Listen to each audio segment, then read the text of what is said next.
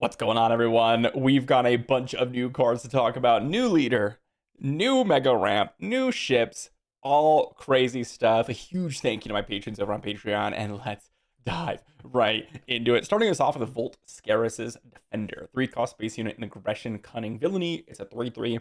When played, if you discarded a card from your hand or deck this phase, you give a shield token to this unit, and on attack, you may deal 1 damage to a space unit and exhaust it.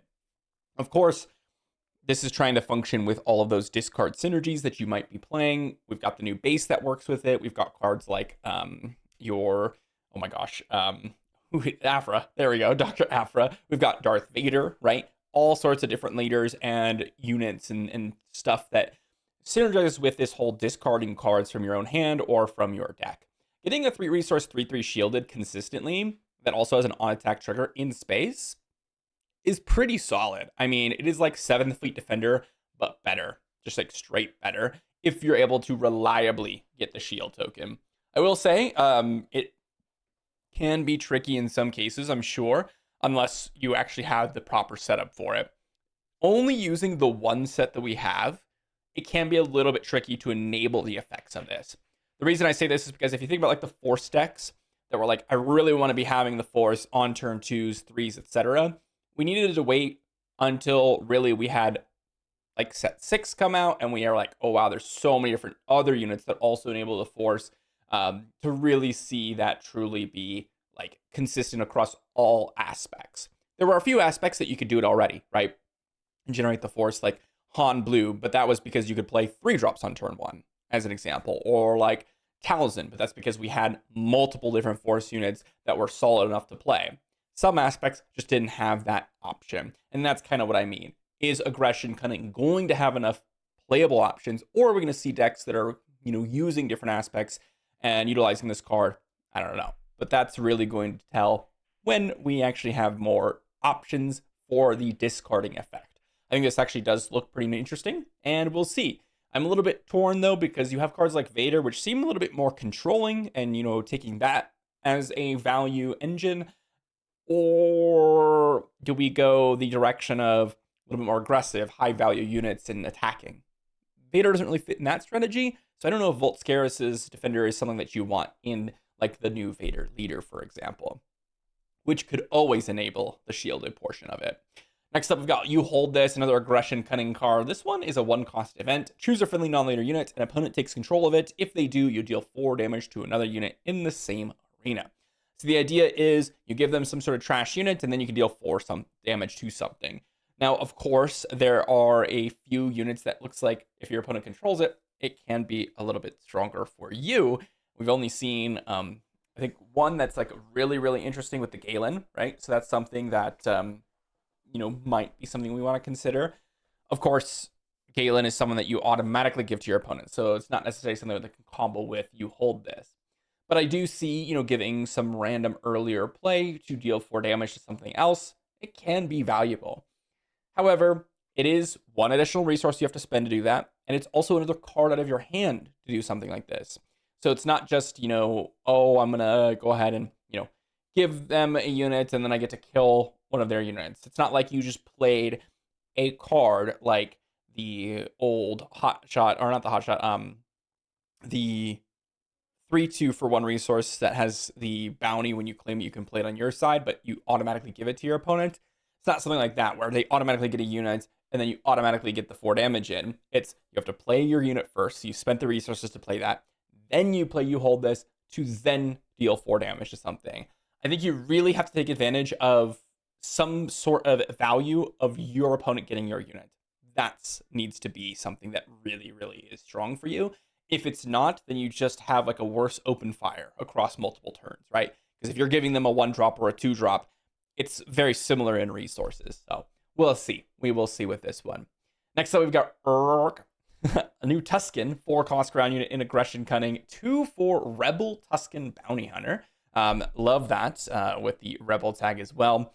And this guy, initially you're like, ooh, hidden 2/4 for 4, but raid 4. This guy is a 6-powered 4-drop.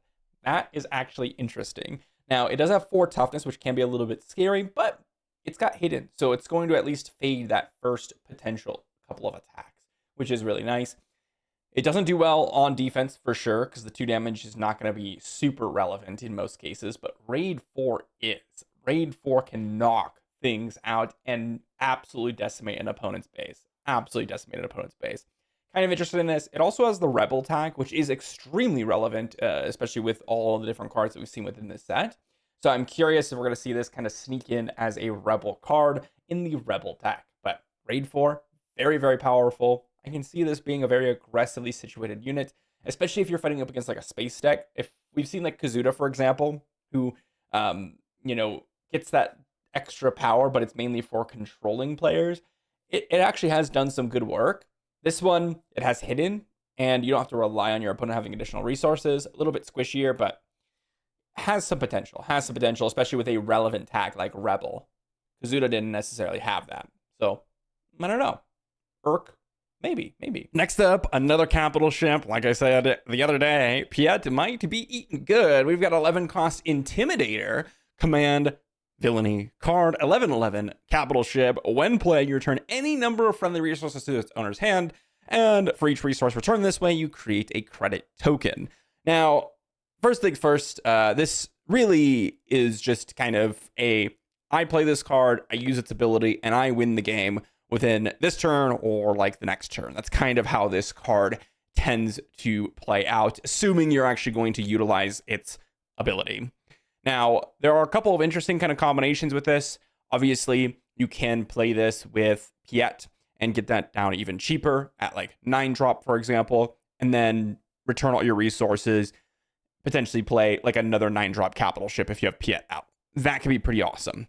Now, there are less good capital ships now that the rotation's happening. Like, for example, early Devastator's not going to be in the meta anymore, and a couple other capital ships. There's still some good ones, but it's going to be less options. The other kind of interesting combination with Intimidator is the new Vader. And I talked about new Vader a lot, but it seems like a lot of these cards are kind of directed towards the new Vader, or at least the mechanics that he's going with. So with Intimidator, you play Intimidator, you bounce all of these resources to your hand. So in theory, if you're not using credit tokens, let's say you just being generous for the new set, use like 1 or 2 credit tokens. Let's say you bounce 9 cards to your hand. Well, it's likely that Intimidator wasn't your only card in hand. So you're like maybe 9, 10, 11 cards in hand. You obviously have Vader. You can then aggressive negotiations with the credit tokens that you just earned. Smack in for, maybe 10, a plus 10 damage with aggressive negotiations, and then fling all of those cards into Vader, and then do some massive damage that way. You can do some cool things like that. So there's a little bit of combo potential in this card, but I do think it's kind of a far-fetched scenario. 11 drop is already difficult. We don't really see a whole lot of 11 drops actually see some real value. And even in the cases of like big capital ships, Piet's the only one that's going to be doing it. And I don't think Intimidator really fits the style with what Piet wants to be doing. I think if you're just going to go with this type of style, you probably just want to go with Executor, because oftentimes it's not like you have an overload of a bunch of capital ships that you want to play. In some cases, maybe you go Intimidator into Devastator, like the new Devastator. I say new, but set 4 Devastator. There are some cool things, but I think this one's a little bit more of a niche pickup.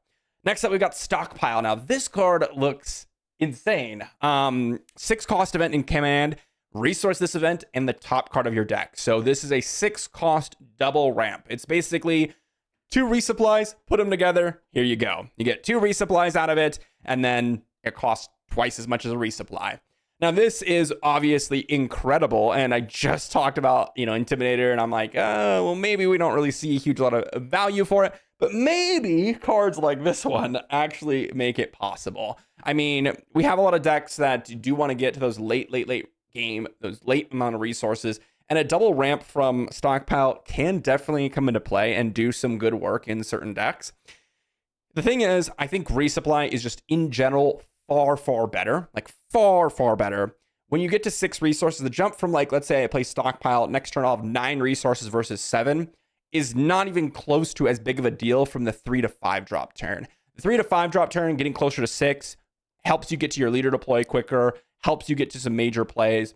The 7 to 9 resource play isn't that big of a difference. If you think about it, like that means that you can play things like Home 1 or Yoda, which are things that people might be playing, or Crate Dragon.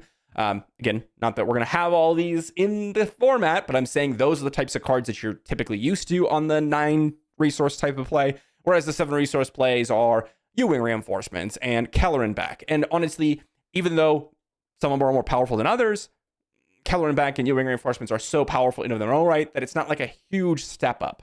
Getting accelerated towards your leader and getting accelerated towards some bigger plays on the 5-drop turn, that tends to be a more important part of the curve where resupply becomes more valuable. Not to mention, because resupply is cheap, you can play it in the earlier game when it doesn't matter as much. Like if you do 6 resource do nothing, essentially, that can be game destroying for your plan versus your opponent if they're more aggressive or a little bit more aggro oriented.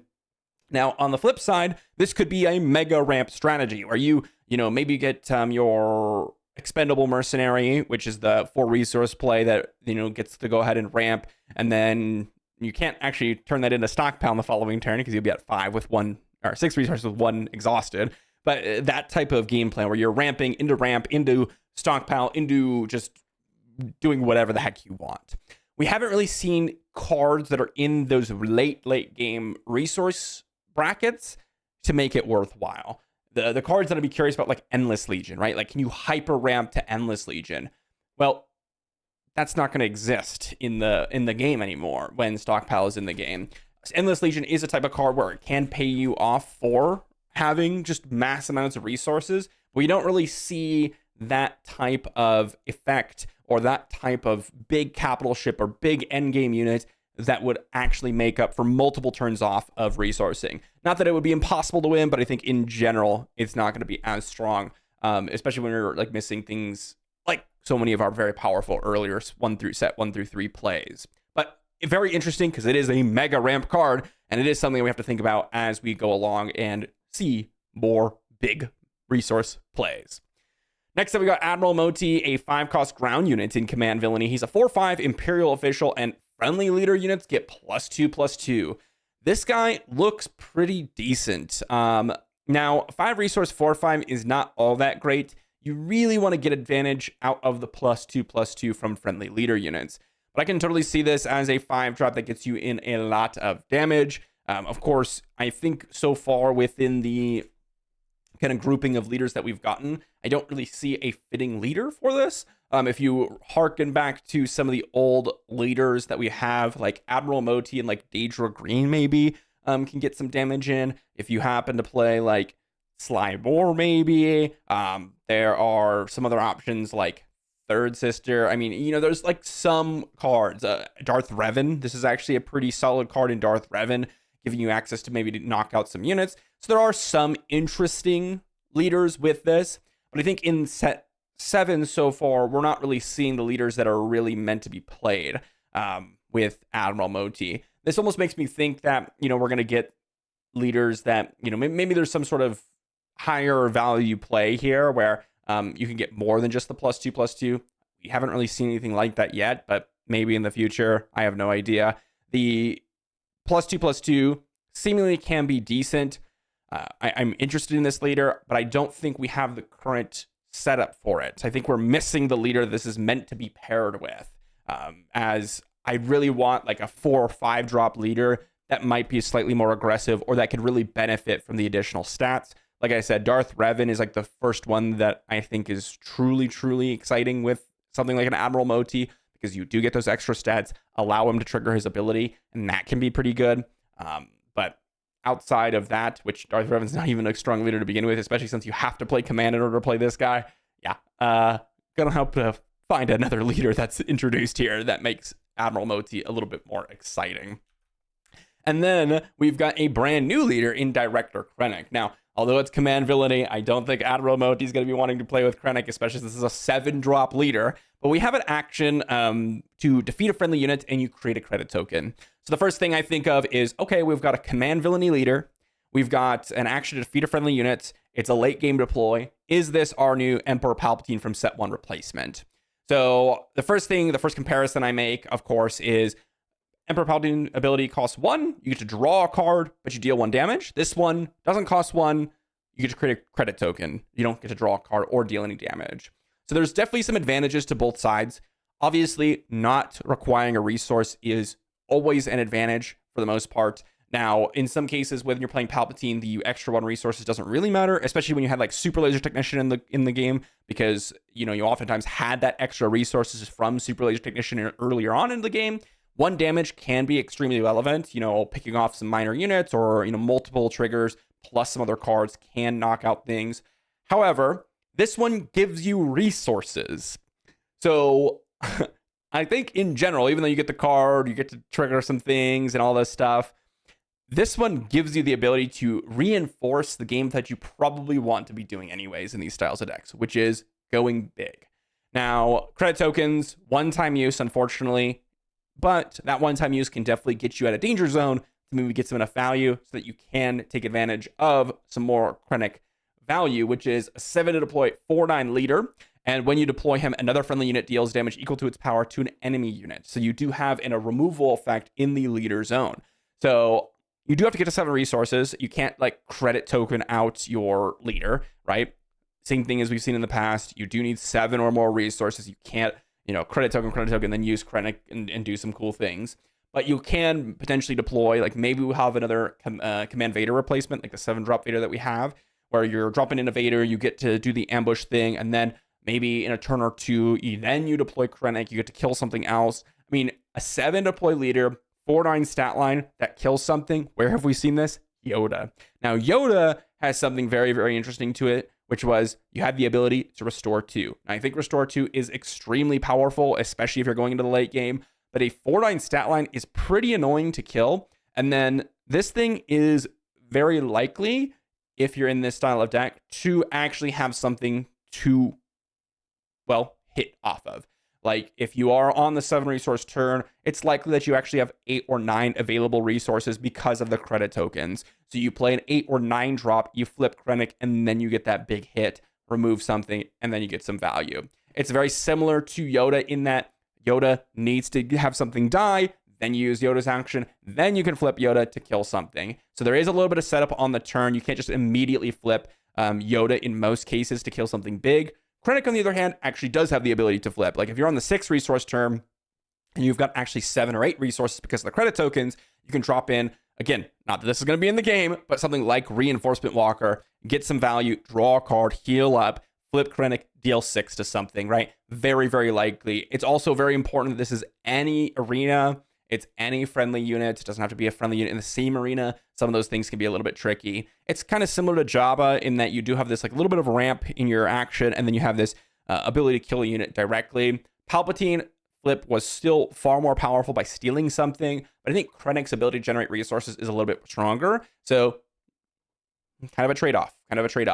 I'm very curious about Krennic. I think credit tokens are just extremely gross. There may be more units that want to be defeated, something like the Expendable Mercenary, for example, or like Super Laser Technician. Like, imagine if Super Laser Technician was still in the game. Like, just imagine for a second. You turn 2, play Super Laser Technician, you defeat it, just like you were playing a resupply. The following turn, you have 6 resources.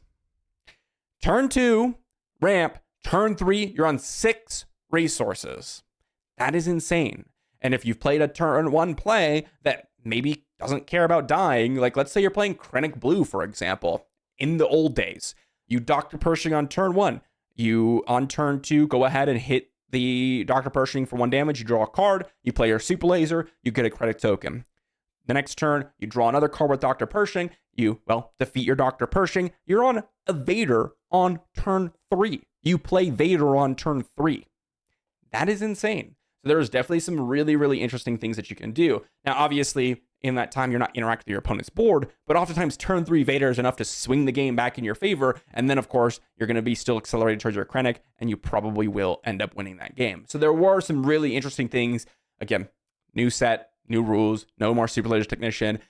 But there is a lot of potential here with Director Krennic that I am very, very interested to see what he is capable of, especially with some new units like the Expendable Mercenary. But that is all the cards I have for today. Lots of interesting cunning aggression options. We've got some command coming in here, lots of ramp, lots of big capital ships, and then, of course, our brand new command ability leader in Director Krennic. Very, very excited, guys. Honestly, this set has looked like one of the more exciting sets. I've said that for a couple of ones. I wasn't super crazy hyped over Secrets of Power, to be honest. Some of the cards did look very fun, like Aggressive Negotiations, for example. I was like, dang, this card looks like it's going to be super fun. So there definitely was a little bit of that with the Secrets of Power. I definitely did like Legends of the Force because I just thought there were some really powerful cards there. And of course, Revan was released. But this one, a little bit more interesting flavor. I think the mechanics are a little bit more fun, like credit tokens and things like that. Just more explosive gameplay. And they are definitely leaning into things that we have not seen before, where it's like, oh, ignoring aspect penalties, which that's such a core part of the game, or going with leader units that have really awkward stat lines, like the new Leia, that's a 2/2, but you have to be able to, kind of trigger her win case, which is having a bunch of different aspects on units to actually take a lot of value out of her. So very, very interesting stuff. And, well, credit tokens, the new Krennic. I think there's a lot of cool things you can do with him. So thanks so much, everyone. Hopefully you enjoyed, and I'll see you all for the next one.